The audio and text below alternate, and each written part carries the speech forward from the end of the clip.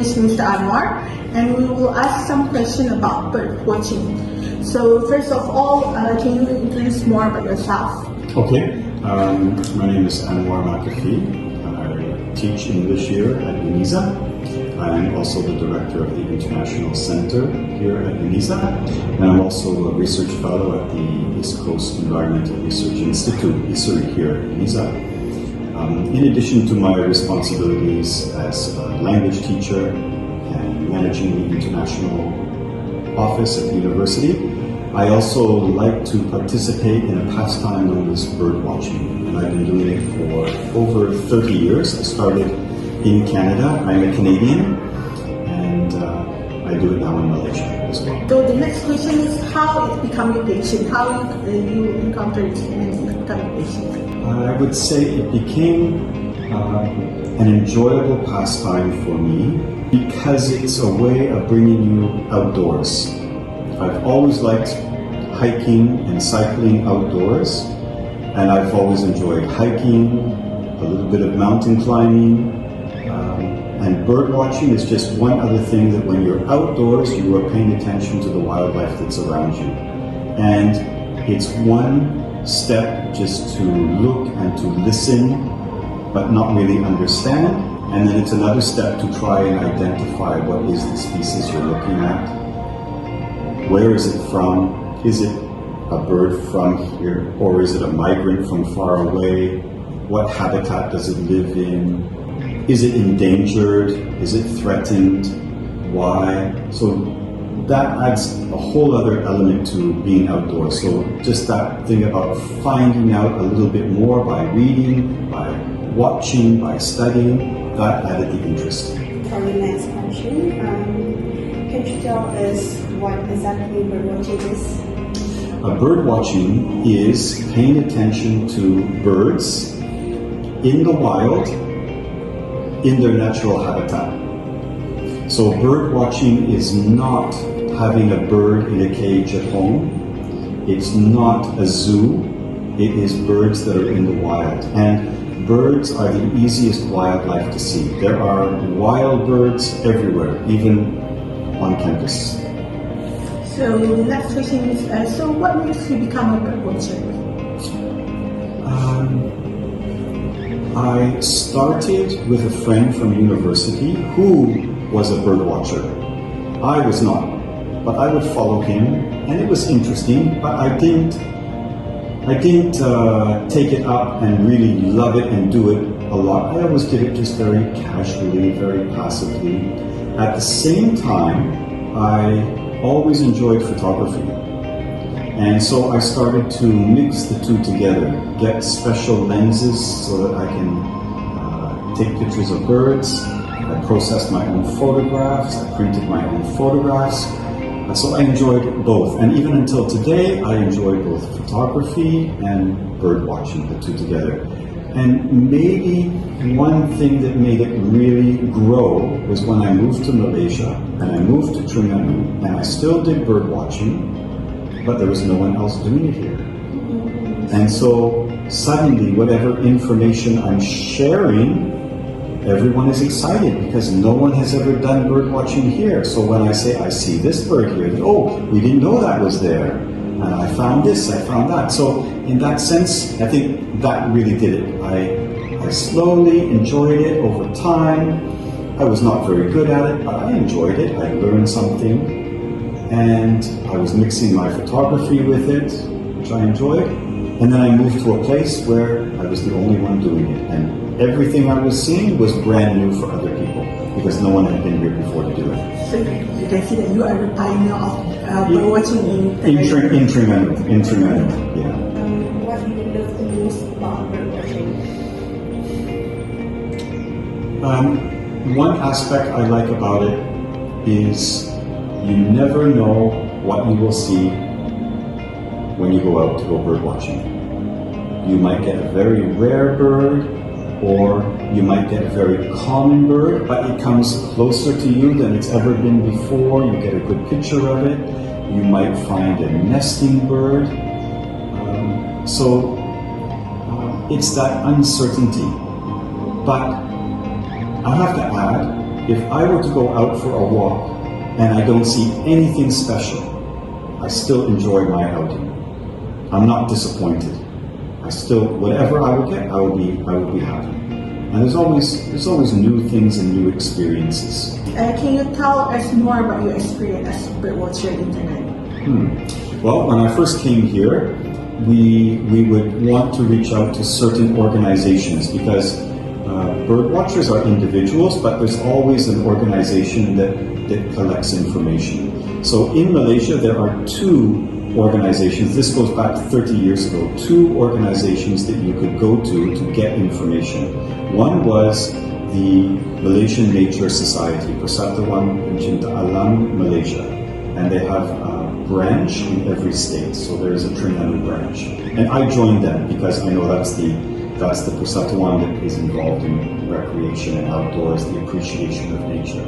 And they are the ones that conducted bird surveys and also compiled data on birds. So I was a member of the Malaysian Nature Society, and they had a list of all the species for the country, and they had that broken down by state. So you could see every state, how many species are recorded. Another organization I looked at their information was the Wildlife Department, Baharuddin. They also are concerned about the wildlife, part of which is birds, and they have a list of all the birds that they have recorded in Terengganu. And the list for both of them was only about 250 species. But today we have almost 500 species recorded. So there's lots of things here that no one had ever seen. So part of my experience was not discovering new things, but discovering things that people didn't know were already here. They're in other states, but in Terengganu there weren't many people doing research. And if you want to write anything about birds, like part of birding is the enjoyment of doing it, and it's the enjoyment of sharing that information. So you can share by writing articles, by writing books, by doing things with organizations for the public, all of which I do. When you want to write something, you have to have resources. So when you look at those resources, you go to the sources of information like the Wildlife Department and so when I was starting to record things that are not on their list, it's always something new, always finding something new.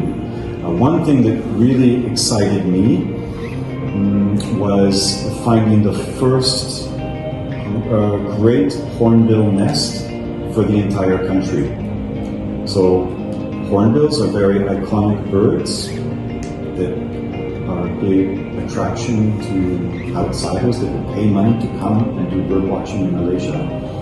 We did not know that there were great hornbills in Terengganu. No one had recorded it before, but then I see we have now 9 species of hornbills here, and I found a nesting great hornbill.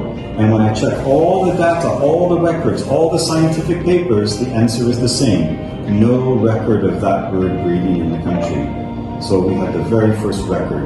And then I found the next year another nest, and another nest, and another nest.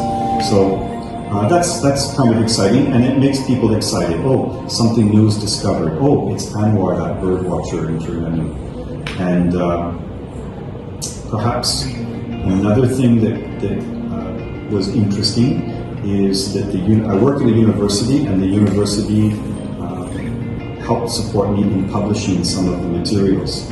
And I work closely with the state government, and they help me in publishing some of the materials. So I'm able to write books. I've written 3 books. Books have been translated into different languages that will promote tourism, will promote nature conservation, will promote bird watching, promote the university. All that through bird watching, not just going out and looking, which I really like, but also the sharing. In your opinion, what's the best place for bird watching in Malaysia? There are many good places because we still have lots of good habitat. But for me, the best place is the easiest place to go to.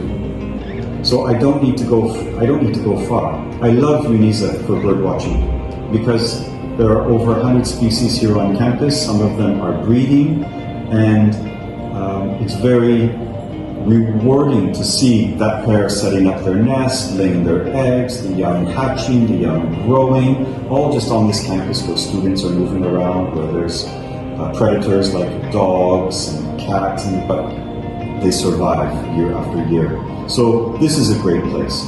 Very nearby us in Batu Rakit is a very nice place because it's like secondary forest. So there are hornbills there are hornbills breeding there, there's lots of big trees, so there's interesting forest birds. On the other side of Kuala Terengganu, there are wetlands, and so there are lots of water birds there, especially during the monsoon. So you get to see lots of different things move through, but it's very nearby, Kuala Terengganu. And I like Tasik Kenir because you have lots of good forest birds there. Tasik Kenir, I don't take a boat, I don't go deep into the forest, I go at the forest edge. So I can go there and come back in a day. Very relaxing. So the next question is, what is the most intriguing things that you experience as a birdwatcher?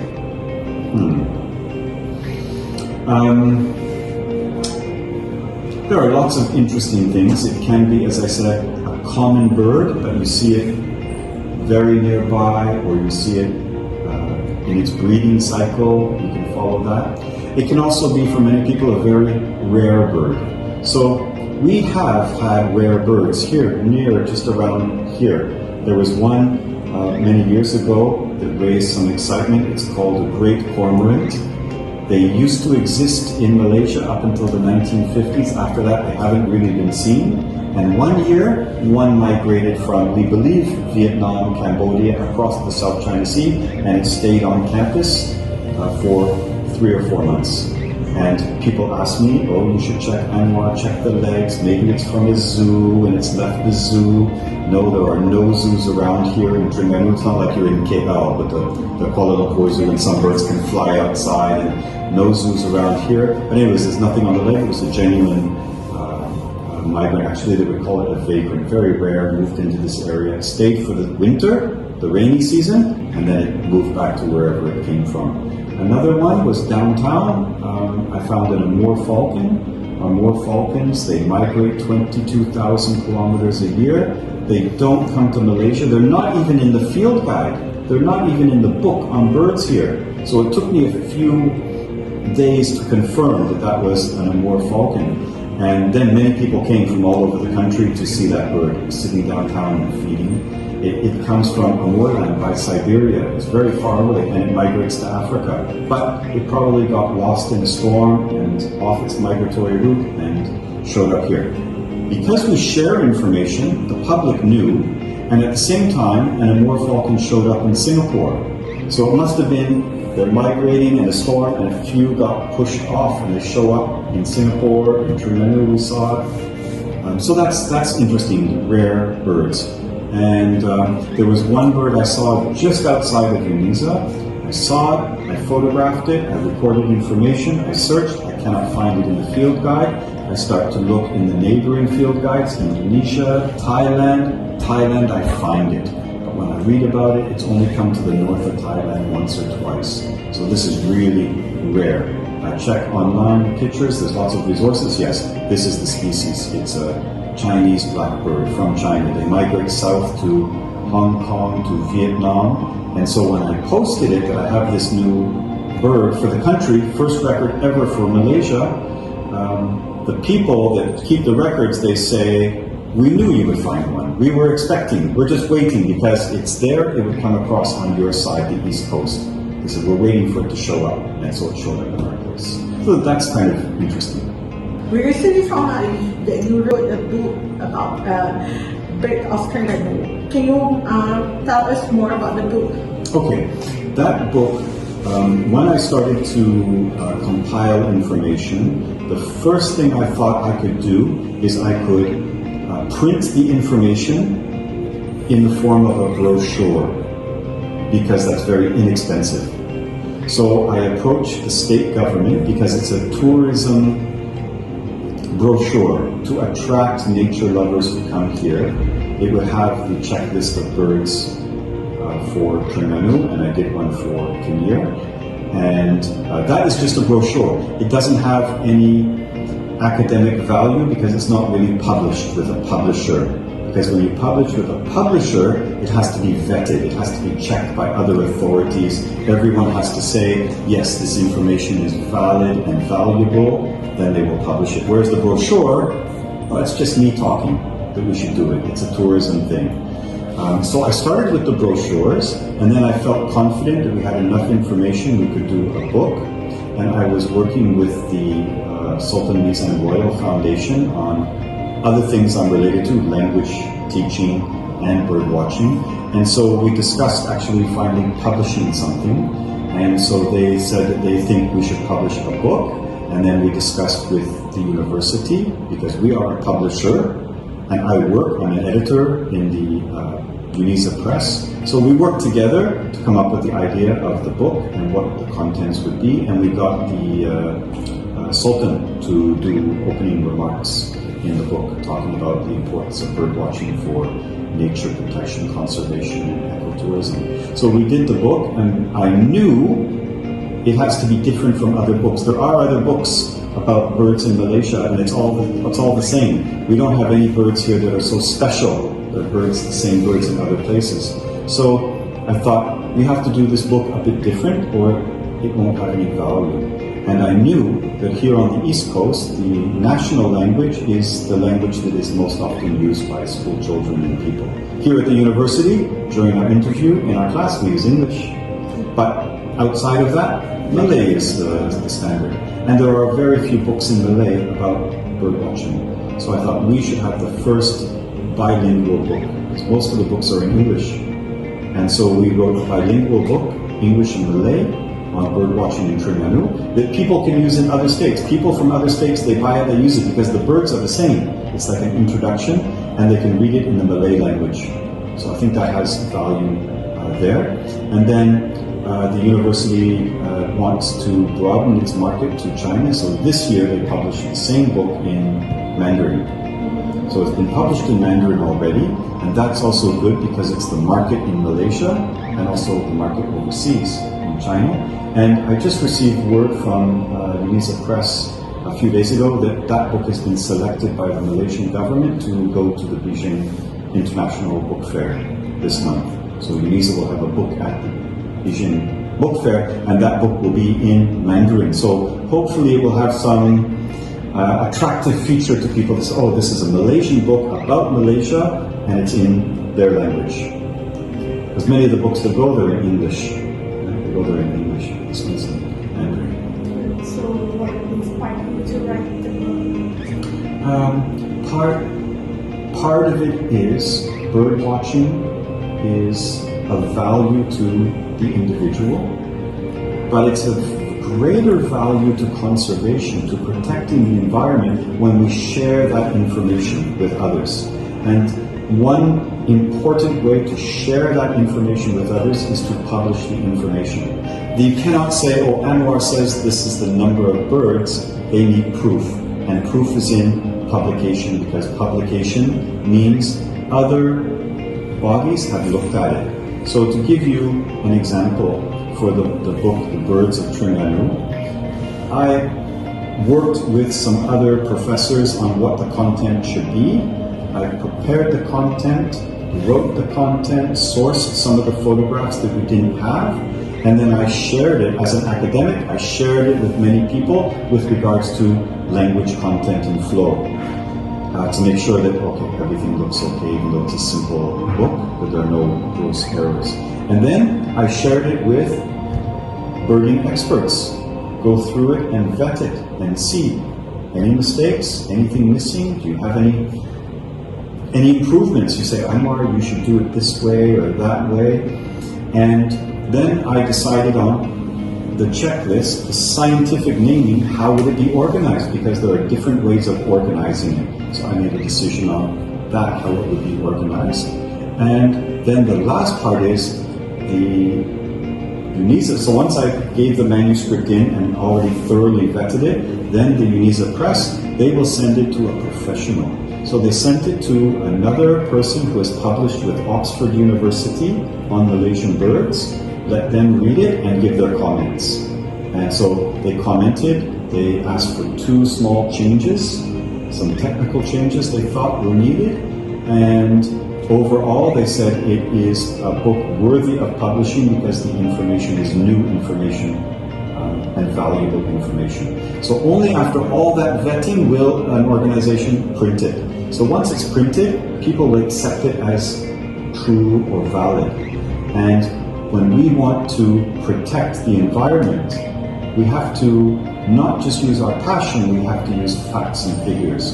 And so the checklist which is in the book, in other words, the definitive number of species, how many of them are threatened or endangered, how many of them are migrants, all that is in the book. We use that and we split it down to the state, how many birds are in the state, how many birds are in the Tasik Kenir area, another area where I did a list, and how many birds are on campus UNISA, because it's a UNISA book, so we can have that. So with that information, we used it and we lobbied the state government to finalize establishing the state park. This information was one portion of the information compiled. Without it, they may still have got the state park, but with it, the endeavor to get the state park declared was stronger. And we did the same thing with the Situ State Park. We did the same thing with the Geo Park, which was declared last year. We have done the same thing for something called Important Bird and Biodiversity Areas. This is set up by a large NGO, a global NGO, and we have proposed several IBAs for Terengganu based on the data from birding data alone. And that all goes to protect an area, to raise awareness for conservation. And we have proposed to the state government to expand the Kenir State Park to include an additional 2,600 hectares of forest that can be used for ecotourism purposes. And that proposal, 50% of the data that it's based on comes from the book. The other 50% is from other people, what they know about that habitat and other research that's been done there. So this, once you publish the book, articles or the book, it can be used not just as a book, but it's used for proactive conservation in the state. And I see other states have made similar books since then. Most recently, Kelantan did a book. So your purpose of writing the books to inspire more people to care about birds, and also it's not only birds, also about the environment. Yes, it has a bigger picture. It helps. You know, maybe when I wrote the book, I didn't realize that, but now that the book is out, I see it's being used for all these other things. So I really think it's valuable. So like you said before Tasik Kenir is just a park, and you ask them to make the area bigger. Many people asked them, and it took a long time and there wasn't much activity. And then when information starts to be compiled, people went out there with camera traps and they got all the tigers and elephants in there. And then they said, Ava fauna, what is there? Or we have the list already. I've done it already. It gets contributed and then they have a big detailed picture. So we are one part of it. And I'm not saying, oh, just with that it's enough, but it's important to have. Usually environmental surveys, they will always include birds. The reason is birds are indicators of the environment. So let's just use the example of hornbills for a minute in the forest. Hornbills are important to a forest's survival because they distribute the seeds of the forest. They provide the seeds that will provide the food for other animals to live in the forest. And all these animals provide services in maintaining the forest. So if hornbills are there, we know the forest is healthy. You don't need to survey the whole forest. You just find how many species of hornbills are living here. And that will be an indicator. So when we found 9 species of hornbills, it is one of the highest diversities in the world of hornbills, then it must be that the forest is well managed and then worth protecting. If we don't see any hornbills, maybe you can say we need to protect this forest because it's not healthy. Even the animals can't survive here. But someone else might say, cut it down and plant something else then if it's not of value. So anyways, it's used for that. Next question is, what is your advice for those who are interested in birdwatching? Go out and do bird watching. I think, let's say we're talking to university students here. I think it would be great if we had a club. It can be a very simple club to get started in bird watching. And I don't believe bird watching is the end. Bird watching is only a vehicle. It's all about the environment. It's all about habitat. Because with bird watching, different birds prefer different habitats. So you move to different habitats. You see that different wildlife exists in this habitat. It cannot exist in this habitat. So you get to really pay attention to your environment. You can see that we have local birds here, March, April, May, June, July, and then suddenly August. If you've paid attention, or not in this place, I haven't seen this bird before. Read a little bit about it. This is a bird from the Arctic. It's come here. Today there's 3. Tomorrow there's 20. And the next day there's 50. And then they're around. I see them every day for 3 or 4 months. And then it becomes only 40. Then only 20. In March there's 3 still by the water. In April, I don't see them anymore. But just you wait until July, they'll start to show up again. You get familiar with this cycle of migration. So it opens it up to so many other things. So what should students of the university do? Work with me, set up a small bird club, do things, activities start to get started because we will become aware of so many other things. You can join an organization called the Malaysian Nature Society. They have a branch in every state. They're involved in bird watching. You can buy a book on birds and read it just to get some exposure. Maybe there's some interest developed there. And go out bird watching with someone. If you go out on your own, that's great, but it's a little bit of a struggle. I find people new at bird watching don't see as much, but if you go with someone who already has the skill, then you see so much more. And then that can maybe generate interest. So, my question to you is, do you want to set up a bird club? Yes, actually I really interested. When last semester you show us how you take the photo of the birds. Can you tell us more what is your plan with the club? Okay, I know I mentioned to you at the end of the semester, and then it's the chuti and everything, but the club we would set up under HEPA, and we just need a few people to start, and HEPA will get us to start. We need a few ahli, and then you would be, if there's 2 of you, or 3 or 4 of you, that's enough. We just get started, and I would be I don't know what they would put me as, like the consultant or something, I don't know if they have a term, but I would help you. We would do stuff here on campus, or we could go on trips. We can arrange trips that are nearby to see things. I think one of the things that the Bird Club could do on campus this year, if it gets set up, is we could do a bird study of the nesting birds. So there are nesting birds that are starting to nest right now. I followed them the past few years, but it would be something very interesting if students could record. It's just a matter of recording what happens every day, checking on the nest, and in about 30 days they hatch and the birds are gone. They don't fly, but they can walk away. And we can build up a picture. I think if there's enough students, like 5 or 6 students, we can find a couple of nests on campus this month. And then your job is to go maybe every 2 or 3 days and just check on it. Just check on it. And if we know it's coming up to 25 days now, then maybe go every day. Because you'll suddenly go one day and one egg is hatched. And then you'll know the next day, or by that afternoon, they'll all hatch. And then you know, okay, successful, this nest successful. Some nests we see 3 eggs, 3 eggs, 3 eggs, 2 eggs, 2 eggs, 1 egg, 1 egg, 1 egg, and then it hatches. Meaning some predator got it. So that's something, besides bird watching in general, I think something like a study, and then we can write some write something and maybe even publish it somewhere. I feel only that this year there's not many birds nesting on. Maybe it's because I'm busier. Usually in the morning, if I have time, I'll visit the fields and I can see the sign from a distance of a nesting bird.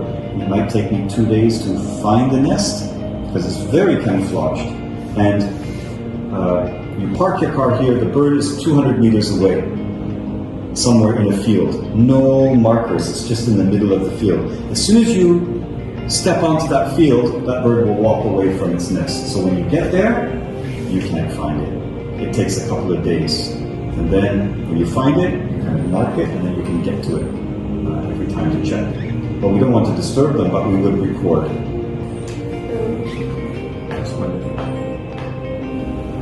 You'll never find it.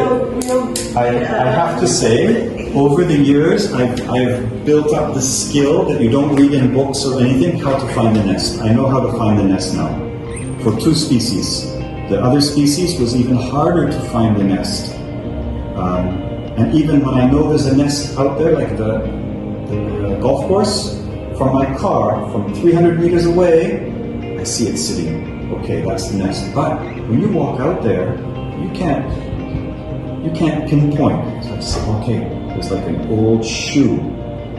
Okay, the old shoe is to the right and it's to the left. How far is it? Is it back? And going out there 3 or 4 times, I can find it. Then when I find it, I mark it something like 10 paces from the fence or something. Just check every couple of days that it's still there. Sometimes I set up my camera and record. That's also something that you can do, and we get nice, nice video, nice images of that. But we don't want to disturb the bird. But we can record it successfully hatched. We can write a small, simple article about the breeding birds of Indonesia. And it's me, just one pair of eyes. But you guys are out there. You will find more things. By the asrama, you'll see more things. And just check. Oh yeah, we just said it's breeding. What's the stage? Thank you for having us today. You learned so much about bird. My pleasure. You don't know. My pleasure.